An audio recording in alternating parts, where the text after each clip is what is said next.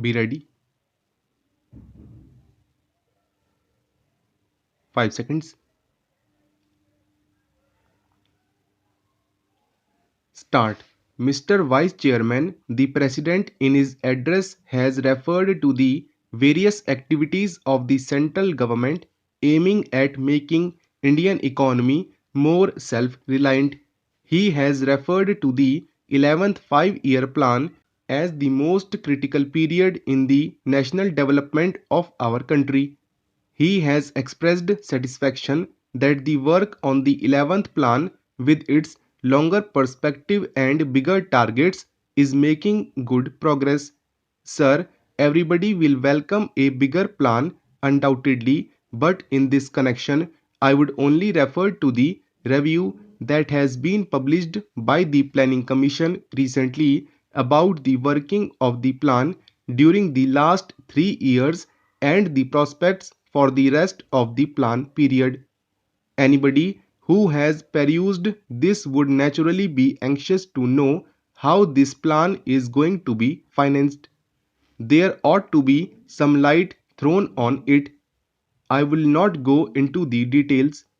It has been stated there that the outlay of rupees 45,000 crores may be raised with difficulty, but while making this calculation, the extra expenditure that may be incurred on account of the defense requirements and the emoluments to be paid to the central government employees as a result of the acceptance of some of the recommendations of the pay commission, and also on account of the recommendations that are under consideration by the government, have not been taken into consideration.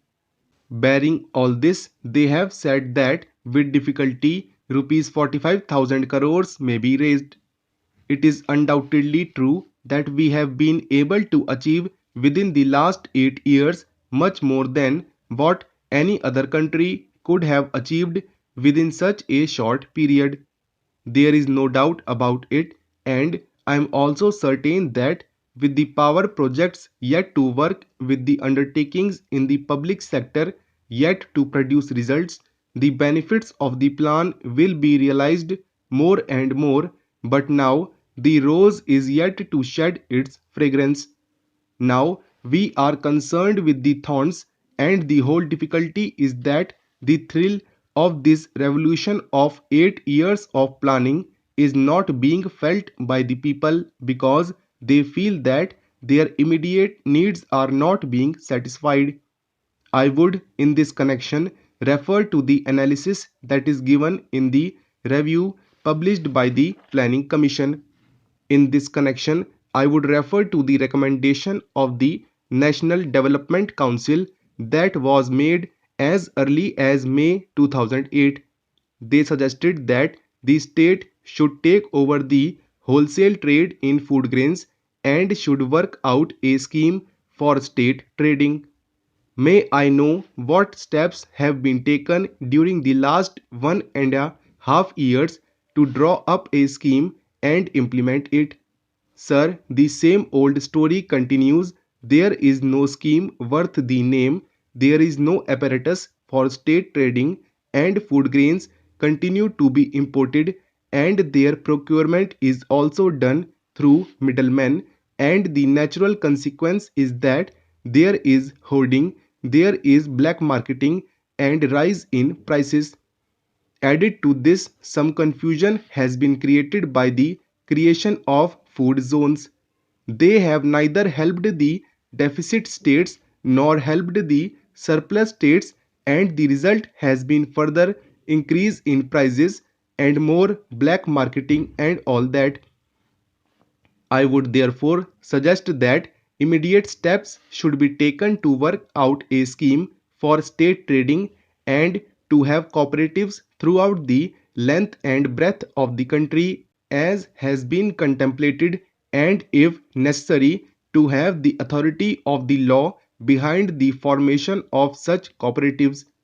Otherwise, the cry of production of 200 million tons of food grains by the end of 2011-12 will always remain a far cry. Now, I would only passingly make one or two references to the state from which I come, that is Odisha. The President has referred in his address to the all-round development of railways. So far as my state is concerned, people feel just the reverse. They feel that they are not getting proper treatment in the matter of railways. I will deal with this matter on another occasion and I will not now go into details. I would only say that if you take the statistics of the rail mileage that has been constructed during the last 8 years and of the passenger amenities that have been given to the people, and if a comparative statement of the different railways is made out, my point will be borne out by that. Added to that, you will see that some of the passenger train services have been discontinued, much to the annoyance of the people. Sir, there is no local train running anywhere in such a big state, and there is no passenger train running anywhere in the state during the night. The mail and the express trains are all meant for long distance passengers. Mr. Deputy Chairman, I cordially welcome this bill. We cannot do too much for our children, nor can the importance of looking after neglected and delinquent children be exaggerated. It is but right that the central government should set up a model law and also try to operate that law in a manner which can be imitated by all the states. Therefore, whatever observations any one of us may have to make can only be with a view to improving the bill and making its provisions effective. Sir, under the bill, two kinds of institutions are to be set up: children's homes for the neglected children and special schools for the delinquent children. Throughout the bill, these two institutions are kept entirely separate. I do not see why there should not be an exchange between these two institutions in suitable cases. There may be delinquent children whose delinquency could be easily removed and whose retention in the special school may not be advantageous. While it may not be possible to restore the child to a parent or guardian, it should be possible to put it in a children's home. Similarly, some children in the children's home may prove nuisance and danger to the other children, and it may be worthwhile to remove those children to the special schools.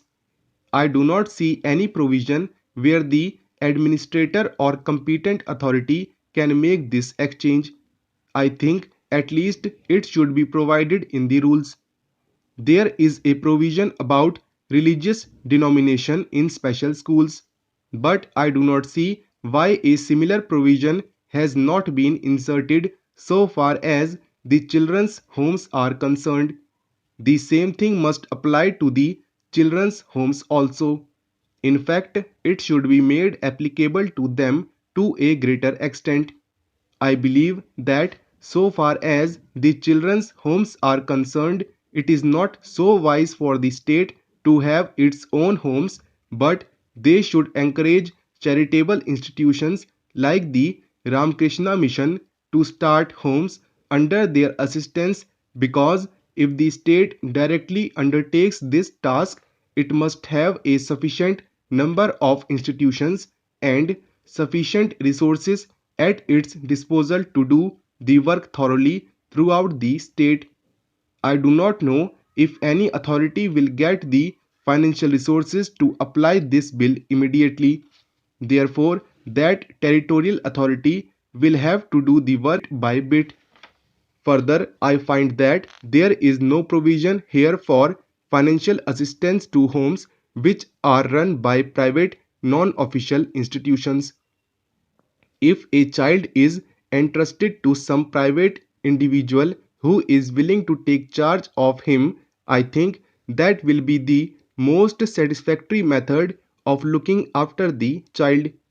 If there are such persons and if they are poor, there is no reason why the state should not assist them. Of course, you have to have a proper supervising agency to see that the child is being looked after well and is being treated well. But subject to this condition, there should be an effort to put as many children as possible in homes, especially in homes where there are no children, where they can be looked after well as their own children, and if poor people are willing to take them, they should be assisted.